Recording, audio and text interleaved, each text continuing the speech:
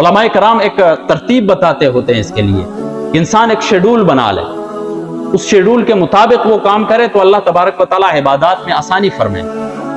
आपकी आसानी के लिए मैंने एक शेड्यूल तैयार किया। इस तरह हर बंदा अगर शेड्यूल तैयार कर लेता है तो रमजानुल मुबारक में इबादत उसके लिए आसान हो जाए। किस तरह कर ले?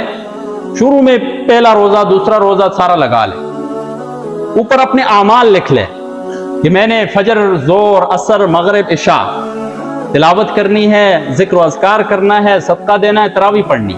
ऊपर आमाल लिख लिए। पहला रोजा है, नीचे कॉलम बनाया हो, उसमें इंसान फजर पढ़ी है उसको चेक कर दे, वहां पर टिक लगा दे उस पर। जोर पढ़ी है, असर पढ़ी है, मगरिब पढ़ी है, तरावी पढ़ी है।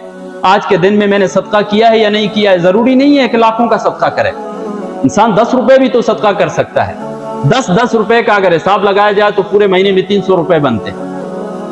लेकिन फजाइल से महरूम नहीं होगा इंसान, फजाइल हासिल हो जाएंगे उसको। और इसी तरह उसने अगर उससे कोई नमाज मिस हो जाती है तो वहां पर क्रॉस का निशान लगाए। जब कल का रोजा आएगा उसकी नजर उस पर पड़ेगी तो उसकी अहमियत उसके दिल में बैठेगी, दूसरे दिन उससे वो चीजें नहीं छूटेंगी। तो ये तो एक नाकिस सी कोशिश है। आप खुद भी एक शेड्यूल बना सकते हैं। ये कोई फर्ज वाजिब ये चीजें नहीं होती हैं, ये होता है एक तरगीब दिलाने के लिए। हम जिंदगी के अंदर कितने काम करते हैं उसके लिए शेड्यूल बनाते हैं। ऑफिस जाने के लिए हमारा एक शेड्यूल होता है, तालीमी हमारा एक शेड्यूल होता है। तो इबादत के लिए हमारा शेड्यूल नहीं हो सकता है? हो सकता है। जब शेड्यूल के मुताबिक अगर कोई ऐसा शख्स है जिसकी आदत पहले से बनी है वो तो नूर अला नूर है।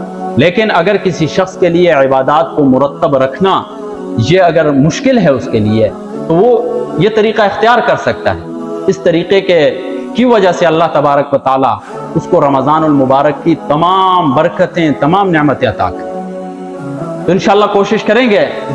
अल्लाह तबारक व तआला से दुआ है कि अल्लाह तबारक व तआला हमें अमल की तौफीक अता फरमाए।